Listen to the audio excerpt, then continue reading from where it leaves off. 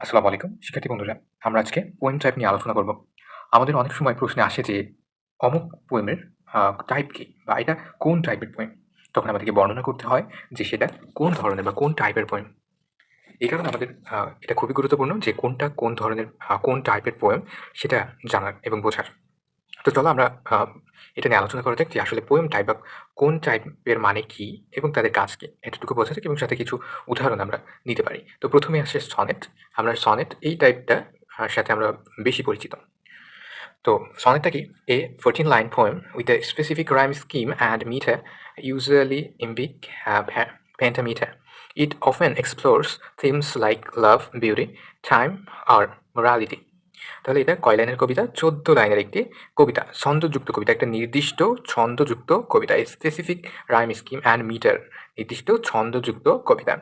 ইট often explore themes like love, এটা সাধারণত কি করে? লাভ বা হচ্ছে ভালোবাসা নিয়ে বলে, বিউটি সৌন্দর্য নিয়ে বলে, টাইম সময়, আর মর্টালিটি এবং মৃত্যুর মতো বিষয় নিয়ে লেখা হয়। তাহলে এটা কোন কোন বিষয় নিয়ে লেখা হয় সেটা আমরা জানলাম এবং জানলাম যে এটা হচ্ছে 14 লাইনের কবিতা এবং নির্দিষ্ট ছন্দযুক্ত কবিতা। তার মানে ছন্দ বলতে কি যে কবিতার শেষে আমাদের একটা ছন্দের মিল হবে। যেমন শেক্সপিয়ারিয়ান সনেটের আমরা দেখি কি A B A B C D C D E F E F G G. তো এখানে আমরা দেখি যে একেবারে লাইনের শেষে ছন্দের যে মিল সেটাই। যেমন হচ্ছে প্রথম লাইনের শেষে যদি একটা হয় তাহলে তৃতীয় লাইনের শেষেও ওই ছন্দটা ব্যবহার হয়েছে। দ্বিতীয় লাইনের শেষে যে ছন্দটা ব্যবহার হয়েছে চতুর্থ লাইনের শেষেও সেই ছন্দটা ব্যবহার হয়েছে। আই হোপ ইউ আন্ডারস্ট্যান্ড যে ছন্দের মিল বলতে কি বোঝায়। আর আছে কি পেট্রার্চন সনেট। এখানে কি? এখানে হচ্ছে এবিবিএ আব্বা আব্বা, ঠিক আছে? এবিবিএ আব্বা এবিবিএ আব্বা। আচ্ছা, তো এটাই হচ্ছে সনেট। এবার আমরা দেখি লিরিক পোয়েম বলতে কি বোঝায়। লিরিক পোয়েম বলতে বোঝায় হচ্ছে গীতি কবিতা। গীতি কবিতা কি? A short poem that expresses deep personal feelings and emotions often musical in nature. তাহলে গীতি কবিতাটা কি? সংক্ষেপ একটা কবিতা, সংক্ষেপ কবিতা যা কি প্রকাশ করে? গভীর আবেগ প্রকাশ করে অ্যান্ড ইমোশনস এবং আবেগ প্রকাশ করে, গভীর অনুভূতি এবং আবেগ প্রকাশ করে। ওফেন মিউজিক্যাল ইন নেচার, মাঝে মধ্যে কি প্রকাশ করে? মাঝে মধ্যে ওই মিউজিক্যাল সেই নেচার বা প্রকৃতির সুর তুলে ধরে। ওকে। এলিজি বা শোকগাথা, a poem mourning that date of a person or reflecting on sorrowful themes like loss and death. এটা কি? এলিজি মানে হচ্ছে মৃত্যু নিয়ে যে সকল কবিতা হয়ে থাকে, কোনো পার্সনের বা কোনো ব্যক্তির মৃত্যু হতে পারে কিংবা কোনো দুঃখের ঘটনা হতে পারে। আচ্ছা, ওড। ওড মানে হচ্ছে স্তোত্র কবিতা। এটা কি? A serious formal poem that praises a person, object or concept. এটা এমন একটা কবিতা যেটা কি করে? যেটা হচ্ছে ফর্মাল, ঠিক আছে? এটা কাউকে প্রশংসা করার জন্য, কোনো ব্যক্তি, বস্তু বা কোনো ধারণার প্রতি সম্মান প্রদর্শনের জন্য কিংবা প্রশংসামূলক আম কথাবার্তা বলার জন্য। সো এটা একটা ফর্মাল পোয়েম, তো প্রশংসামূলক গীতি কবিতা, ঠিক আছে? আচ্ছা। ড্রামাটিক মনোলগ, এটা কি? নাট্য একক বক্তৃতা কবিতা। এটা কি? A poem in which one character speaks to a silent listener, revealing thoughts and emotion. এটা এমন একটা কবিতা যেটা in which one character speaks, একটা মানুষ বা একটা চরিত্র কথা বলে, টু এ সাইলেন্ট লিসনার আর একজন কি? শুধু শোনে, রিভিলিং থটস অ্যান্ড ইমোশন। তো যেই একটা ক্যারেক্টার কথা বলে, যে হচ্ছে বক্তা, যে কথা বলে সে তার আবেগ, অনুভূতি, চিন্তা ভাবনা সবকিছু তুলে ধরেন। কার প্রতি? একটা সাইলেন্ট লিসেনারের প্রতি। তার মানে যারা পাঠক তাদের প্রতি। ঠিক আছে? তারপর ড্রামাটিক ডায়ালগ, নাট্য সংলাপ কি? Involves more than one speaker, রিফিলিং character, interaction and conflicts in poetic form. তো এখানে একের অধিক চরিত্র থাকে বা একের অধিক কথক থাকে, যে বর্ণনা করে সে একের অধিক হয় এবং তারা কি করে? তারা নিজেদের মধ্যে আবেগ এবং দ্বন্দ্ব এগুলা কি করে? প্রকাশ করে। ওকে। ফ্রি ভার্স বা মুক্ত ছন্দ কবিতা। ফ্রি ভার্স মানে যে কবিতাতে কোনো ছন্দ নাই। Poetry without a fixed metre or rhyme scheme, এমন একটা কবিতা যেখানে কোনো ছন্দ বা মাত্রা নাই। এমফাসাইজেস ফ্রিডম অফ এক্সপ্রেশন, কবি স্বাধীনভাবে প্রকাশ করে, ঠিক আছে? Blank verse, unrhymed poem in iambic pentameter. তো ব্ল্যাঙ্ক ভার্স এ ধরনের কবিতায় কোনো মিল থাকে না, তবে নির্দিষ্ট ছন্দ অনুসরণ করা হয়। কারণ ছন্দ এখানে ঠিকই অনুসরণ করা হয় কিন্তু একটা লাইন আরেকটা লাইনের কি? অপ্রাসঙ্গিক। মেটাফিজিক্যাল পোয়েম ধর্ম ও দর্শন ভিত্তিক কবিতা। মেটাফিজিক্যাল পোয়েম, এটা মনে রাখবে। Highly intellectual poem dealing with abstract idea like time, death, love and god. তার মানে এই সকল আধ্যাত্মিক বিষয় নিয়ে যেগুলো আলোচনা করে, যেমন সময়, মৃত্যু, ভালোবাসা এবং ঈশ্বর নিয়ে। ইউজেস উইথ অ্যান্ড ইউজুয়াল কম্প্যারিজনস, এখানে কি তুলনা করা হয়। তো এটা জটিল একটা উপমা, যুক্তি দিয়ে কি ধর্মীয় এবং দর্শন ভাব প্রকাশ করা হয়। ন্যারেটিভ পোয়েম বা হচ্ছে গীতি কবিতা, tell a story with characters, plot and setting, often it structured মিথা। তো এটা একটা গল্প ভিত্তিক কবিতা, যেখানে কি গল্প বলা হয়, কোনো চরিত্রকে কেন্দ্র করে কি করা হয়, গল্প বলা হয়। এখানে প্লট থাকতে পারে কিংবা যাবতীয় সব কিছু নাট্য বা নাটকীয় অনেক কিছু এখানে থাকতে পারে। কিন্তু এখানে মাঝে মধ্যে কি স্ট্রাকচার মিটার, মানে মাঝে মধ্যে এখানে ছন্দও কিন্তু পরিলক্ষিত হয়। এপিক মানে হচ্ছে মহাকাব্য, a long narrative poem on grand scale featuring heroic characters and significant event. তো এই যে আমরা এখন বললাম যে ন্যারেটিভ পোয়েম, এটাও ন্যারেটিভ পোয়েম, কিন্তু এটা অনেক বড় করে লেখা। ফিচারিং হিরোইক ক্যারেক্টার, এটা কি করে, গুরুত্বপূর্ণ কাহিনীকে তুলে ধরে এবং কিছু গুরুত্বপূর্ণ ইভেন্ট বা গুরুত্বপূর্ণ ঘটনা নিয়ে লেখা হয়, যেমন কি মহাভারত, এটা হচ্ছে একটা মহাকাব্য। ব্যালাড বা গীতি গল্প বা পালা গান, a narrative poem that tells a dramatic story, often sung or recited with a regular rhyme and rhythm. এটা হচ্ছে এমন একটা আহ, কবিতা যা যাতে একটা কি ড্রামাটিক স্টোরি বা একটা গল্প বলা হয়, একটা নাটকীয় গল্প বলা হয়।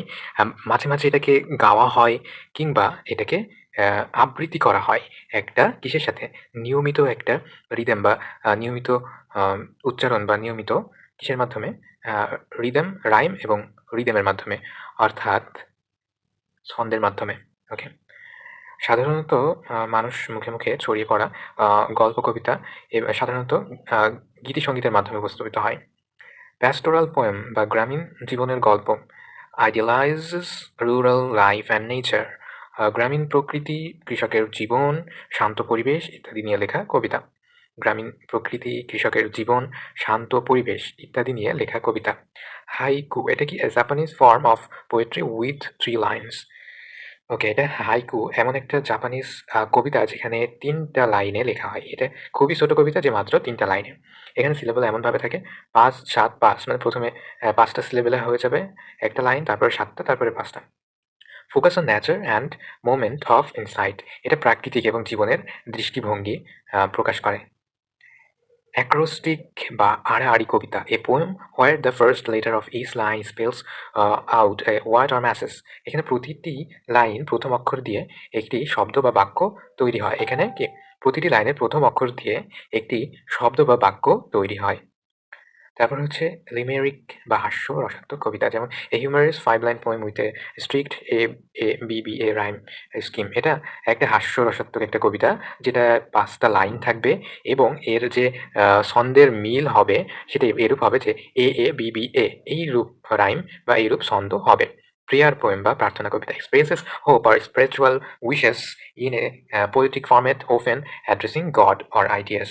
ঈশ্বর বা কোনো আদর্শের প্রতি প্রার্থনার মতো লেখা কবিতা।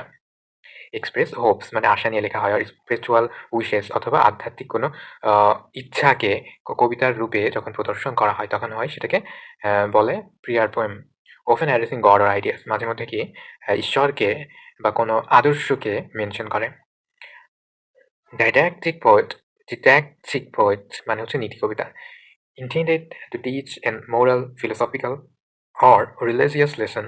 এটা কি, এটা শিক্ষা বা নীতির বার্তা দেয় এমন কবিতা, মানে নীতি নিয়ে লেখা, যেটাকে শিক্ষা, আহ, কোনো না কোনো একটা শিক্ষা প্রকাশ পায় ওই কবিতা থেকে।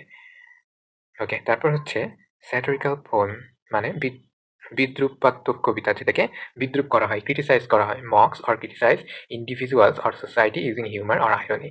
তার মানে সমাজে কাউকে নিয়ে কি করা হয়, ঠাট্টা বিদ্রুপ করা হয়, সমাজের কোনো বিষয় নিয়ে কিংবা কোনো মানুষ নিয়ে বা কাউকে নিয়ে হাস্য রসাত্মকভাবে প্রেজেন্ট করা হয়, কটু কথা বলা হয়, কটাক্ষ করে তোলা হয়। Allegorical poem বা রূপক কবিতা, symbolic poem where characters, events stand for abstract ideas or moral qualities. এটা এমন একটা কবিতা যেটা ডিপ কোনো মিনিং বহন করে বা গভীর কোনো অর্থ বহন করে। ডেসক্রিপটিভ পোয়েম, ডেসক্রিপটিভ পোয়েম এটা কি, এটা হচ্ছে বর্ণনামূলক কবিতা। এটা বর্ণনামূলক কবিতা যেটা হচ্ছে a poem that vividly describe a scene, object or person appealing to the sense, এটা কি এই কবিতায় কোনো দৃশ্য, বস্তু বা ব্যক্তি সম্পর্কে বিস্তারিত বর্ণনা দেওয়া হয়। পাঠকের চোখে সামনে যেন চিত্রটি ফুটে ওঠে এমনভাবে লেখা হয়। তো এমনভাবে বর্ণনা করা হয় যেন আমরা ইমাজিন করতে পারি সহজে, আমাদের চোখের সামনে সেই ঘটনাটা ভেসে ওঠে। এত ডিপভাবে এটাকে বর্ণনা করা হয়। রিফ্লেকটিভ পোয়েম বা চিন্তাশীল বা ভাবপ্রবণ কবিতা। This poem focus on deep thoughts, open contemplating life, nature or existence. এটা খুবই গভীর চিন্তাভাবনা নিয়ে লেখা, এবং মাঝে মধ্যে কি হয়, জীবন, প্রকৃতি, মৃত্যু, আত্মজিজ্ঞাসা নিয়ে চিন্তা প্রকাশ করে। সাধারণত দার্শনিক স্বভাবের হয় কবিতাগুলো। ঠিক আছে? রোমান্টিক পোয়েট বা রোমান্টিক কবিতায় এ পোয়েম ফিলিংস অন লাভ, এটা ভালোবাসা নিয়ে লেখা, ইমোশন, আবেগ নিয়ে লেখা, নেচার, প্রাকৃতিক বিষয়গুলো এখানে ফুটে ওঠে, অ্যান্ড ইমাজিনেশন এবং কল্পনাগুলোকে তুলে ধরে। Specially prominent in the romantic এরা। এটা রোমান্টিক যুগে কবিদের কবিতায় এই ধারা বেশি দেখা যায়। Epigram, a short witty poem with A twist or moral ending. ছোট্ট, বুদ্ধিদীপ্ত এবং তীক্ষ্ণ ব্যক্তিত্ব সম্পন্ন কবিতা, ১ বা ২ লাইনে গভীর বার্তা দেওয়া হয়। তার মানে ১ এবং ২ লাইনে গভীর কোনো বার্তা এখানে তুলে ধরা হয়। লাইট ভার্স বা হিউমারাস পোয়েম, হালকা বা কৌতুকপূর্ণ কবিতা। Poetry meant to entertain, often playful or humorous in nature. এটা হালকা মেজাজের হবে, তার মানে কোনো সিরিয়াস কিছু না। হাস্যরসাত্মক কবিতা এবং পাঠকদের আনন্দ দেয় এমন কবিতা। প্যারোডি কবিতা বা অনুকরণমূলক কবিতা, humorous imitation of another writer's style or specific poem. কোনো জনপ্রিয় কবিতা বা কবির স্টাইলকে নকল করে কৌতুক বা সমালোচনামূলক কবিতা লেখা।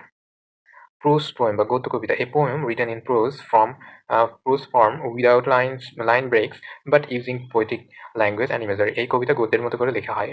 written in prose form গদ্যের মতো করে লেখা হয়, without line breaks। লাইন ব্রেকস মানে কোনো লাইনকে আলাদা না করে, but using poetic language and imagery, কিন্তু কবির যে ভাষা সেটা ব্যবহার করে এবং তার যে চিন্তা চেতনা সেটা এখানে তুলে ধরা হয়। কনক্রিট পোয়েম বা আকৃতি কবিতা, poem where the text arrange in a shape that reflect the theme of the poem. এটা এমন একটা কবিতা এমনভাবে সাজানো হয় যে তা চিত্র বা বস্তুর আকৃতি ধারণ করে। Epistle verse letter, A poem in form of a letter address to someone. এমন একটা কবিতা যেটা মনে হয় যে চিঠির মাধ্যমে লেখা, যেখানে ব্যক্তিগত বক্তব্য বা অনুভূতি প্রকাশ করা হয়। তার মানে পত্ররূপে। চিঠিতে যেমনভাবে নিজের যে বক্তব্য বা অনুভূতি এটা তুলে ধরা হয়, এখানেও সেটা তুলে ধরা হয়। ফাউন্ড পোয়েম বা উদ্ধৃতি কবিতা, poetry created by taking words, phrase and passages from other sources and reforming them as poem। অন্য লেখা বা উৎস থেকে সংগৃহীত শব্দ বা লাইনকে নতুনভাবে সাজিয়ে কবিতা তৈরি করা। তার মানে যে কবিতা অলরেডি আছে সেগুলাকে এমনভাবে সাজিয়ে গুছিয়ে বা এমনভাবে মডিফাই করে তোলা হয় সেই শব্দগুলো, ফ্রেজগুলো, যেন নতুন একটা কবিতা তৈরি হয়ে যায়। তো এই ৩০ ধরনের কবিতার টাইপ আমরা দেখলাম। এখানে অলমোস্ট সকল পোয়েম টাইপ আমাদের আছে। তো এখন আমরা বুঝলাম যে পোয়েট্রি টাইপ বলতে কি বোঝায়, এবং আমাদের যে পোয়েট্রি টাইপটা আমরা বলবো সেটা আমরা বুঝতে পারবো যে সেটা আসলে কি বোঝাইতে চাচ্ছে এই টাইপটা দ্বারা। তো আমরা যদি তোমাদের আ প্রত্যেকটা কবিতা উদাহরণ দিয়ে আ ব্যাখ্যা বিশ্লেষণের মাধ্যমে টাইপটা আইডেন্টিফাই করতে শিখতে চাও, তাহলে অবশ্যই কমেন্ট করে জানাও। এর উপরে থাকবে নেক্সট ভিডিওটা।